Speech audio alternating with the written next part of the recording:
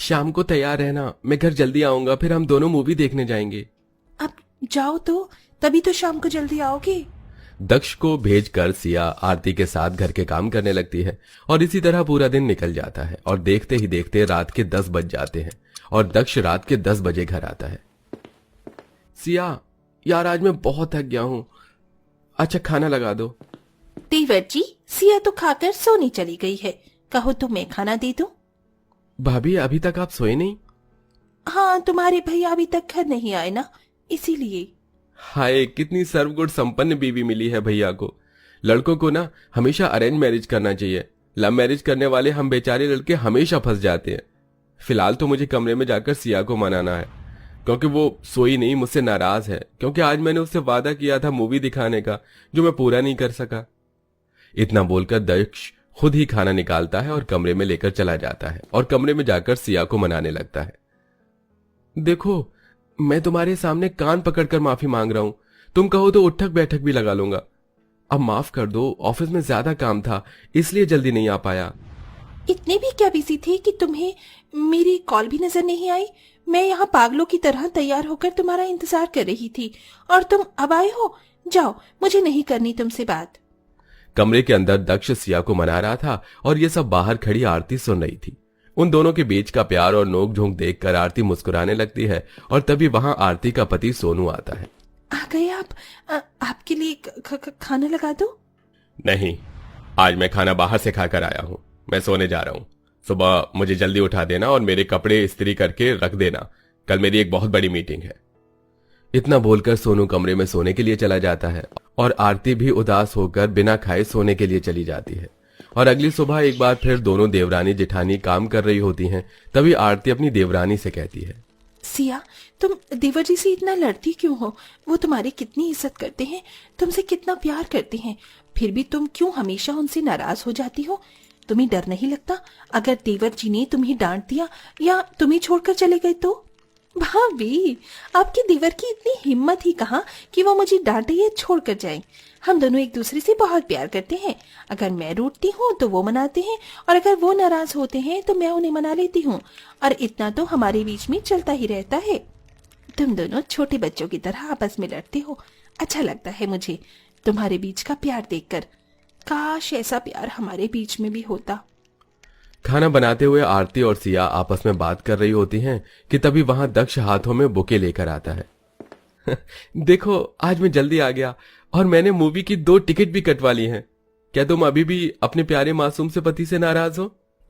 नहीं, पर इन सब की क्या जरूरत थी? अरे ऐसे कैसे जरूरत नहीं थी। अच्छा, मैंने ना ऑफिस से 1 हफ्ते की छुट्टी ले ली है, अब मैं और तुम 1 हफ्ते के लिए आउट ऑफ सिटी जाएंगे। दक्ष की बात सुनकर सिया बहुत खुश होती है। कुछ देर बाद हमेशा की तरह आज भी सोनू ऑफिस से घर आता है और सीधा अपने कमरे में चला जाता है। कुछ देर बाद वो फ्रेश होकर खाने के लिए बाहर आता है, जहां आरती उसे खाना देते हुए उससे कहती है, आज देवर जी और देवरानी जी बाहर मूवी देखने के लिए गए हैं और कल संडे है, क्या हम भी कहीं चले? अरे इतनी गर्मी में कहां जाओगी, वैसे भी मुझे कल थोड़ा सा काम भी है। सोनू के इतना कहते ही आरती चुपचाप वहां से चली जाती है और अकेले बैठकर अपनी शादीशुदा जिंदगी और अपनी देवरानी की शादीशुदा जिंदगी के बारे में सोचने लगती है। तभी वहां आरती की सास कल्पना आती है। बड़ी बहू, छोटी बहू कहाँ गई है? पिछले 1 घंटे से मैं उसे घर में ढूंढ रही हूँ, कहीं नजर ही नहीं आ रही। हाँ माँ जी, दरअसल सिया और देवर जी के साथ मूवी देखने के लिए गई है।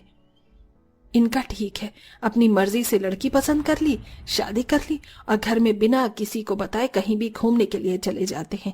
अच्छा बहू, सिया बहू तो है नहीं, अब तू ही मेरे साथ मंदिर चल। इतना बोलकर कल्पना आरती को अपने साथ मंदिर ले जाती है। शाम को जब कल्पना और आरती घर पहुंचते हैं तो वो देखते हैं कि दक्ष खाना बनाने में सिया की मदद कर रहा है। ये देख कल्पना अपने बहू बेटे से कहती है, दक्ष बेटा, आज तक तूने अपनी माँ को तो कभी मदद नहीं करी और यहाँ बीवी की रसोई में हेल्प करवा रहा है। हाँ भाई, लव मैरिज करी है तो बीवी की गुलामी तो करेगा ही ना। हाँ वो माँ, मैं तो बस। हाँ बस रहने दे, बहुत अच्छे से जानती हूँ मैं तुझे। बहू, मैं तो बहुत थक गई हूँ, मैं कमरे में आराम करने जा रही हूँ।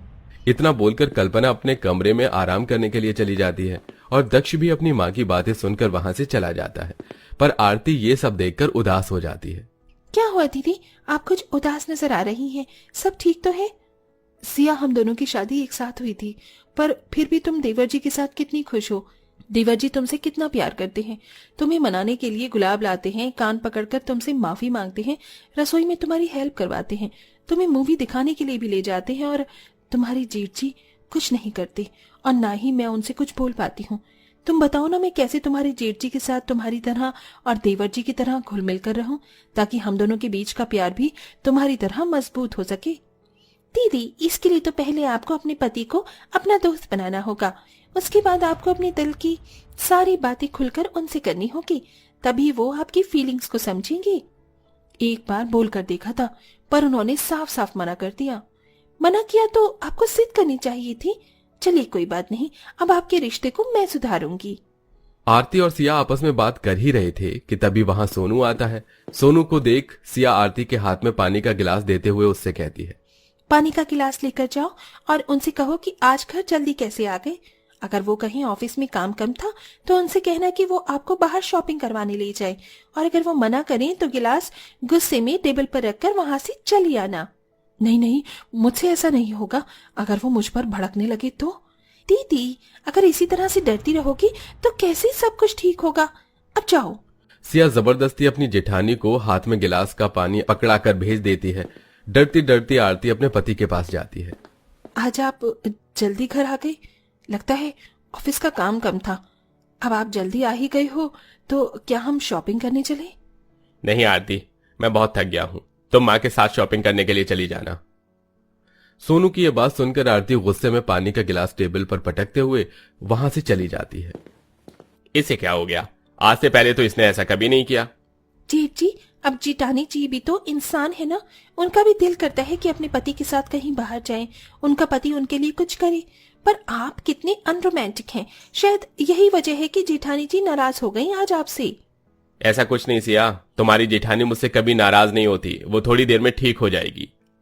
इतना बोलकर सोनू अपना लैपटॉप निकालकर काम करने लगता है। ये देखकर सिया अपने पति के पास जाती है और सारी बात दक्ष को बताती है और उससे कहती है, दक्ष, अब हमें जेठ जेठानी जी के बीच का रिश्ता मजबूत करना होगा। इसके लिए मुझे तुम्हारी मदद चाहिए। अब तुम जल्दी से अपने भाई के पास जाओ और उनसे कहो कि वो जेठानी जी को मनाए और उन्हें बाहर शॉपिंग करवाने के लिए ले जाए। अरे यार, भैया बहुत खड़ूस है, वो नहीं मानेंगे। दक्ष की ये बात सुनकर सिया उसे घूरने लगती है, जिसके बाद दक्ष फौरन अपने भाई के पास जाता है और अपने भाई से कहता है, भैया मुझे लगता है भाभी आपसे नाराज हैं। मैं अभी उनसे बात करने के लिए गया तो उन्होंने भी मुझे डांट दिया। आप उन्हें मनाते क्यों नहीं हो? कहीं बाहर ले जाओ, क्या पता वो मान जाए। और आप दोनों तो हनीमून पर भी नहीं गए थे। हनीमून न सही, कम से कम अपने साथ एक बाइक राइड ही करवा दो। क्या सच में तुम्हारी भाभी बहुत ज्यादा नाराज हैं? अगर मैं ये सब करूंगा तो क्या वो सच में मान जाएगी? पता नहीं ये लड़कियां छोटी छोटी बात पर नाराज क्यों हो जाती हैं। भैया, लड़कियों का काम ही होता है नाराज होना, और हम लड़कों का काम होता है उन्हें मनाना। आप जल्दी से जाओ और भाभी को मनाओ। जिंदगी में पहली बार इस निकम्मी ने कोई पते की बात करी है। बेटा, पति पत्नी का रिश्ता बहुत नाजुक होता है, इसमें दोनों को एक दूसरे का सहयोग करना होता है, और अगर तू इतना रूड रहेगा तो तुम्हारा रिश्ता मजबूत कैसे होगा। मैं भी तेरे पापा से ऐसे ही नाराज हुआ करती थी तो वो मुझे भी मनाते थे। सच माँ? हाँ बेटा, इसीलिए तुझे अपना समय बहू को भी देना चाहिए और तुझे उसकी खुशियों का ख्याल रखना चाहिए। आखिर वो अपना घर परिवार सब कुछ छोड़कर तेरे भरोसे ही तो आई है। सभी घर वालों के समझाने पर सोनू बाहर से एक केक लेकर आता है और अपने कमरे में जाकर आरती की आंखों पर पट्टी बांधता है और उसे बाहर लेकर आता है और उसकी आंखों की पट्टी हटाकर उसके हाथों से केक कटवाते हुए उससे कहता है, मुझे माफ कर दो, मुझसे जो भी गलतियां हुई अब मैं तुम्हें कभी भी नाराज होने का मौका नहीं दूंगा। तुम्हें मेरे साथ शॉपिंग पर जाना था ना, चलो आज हम दोनों कहीं बाहर चलते हैं। सोनू पूरे घर वालों के सामने आरती को मनाता है। ये देख आरती शर्मा जाती है, जिसके बाद वो दोनों पति पत्नी बाहर घूमने के लिए जाते हैं और इस तरह दक्ष और सिया अपने जेठ और जेठानी के अरेंज मैरिज में खुशियों का रंग भर देते हैं। वैसे दोस्तों, आपके हिसाब से अरेंज मैरिज लाइफ ज्यादा रोमांटिक होती है या फिर लव मैरिज? कमेंट में अपनी राय जरूर दीजिए।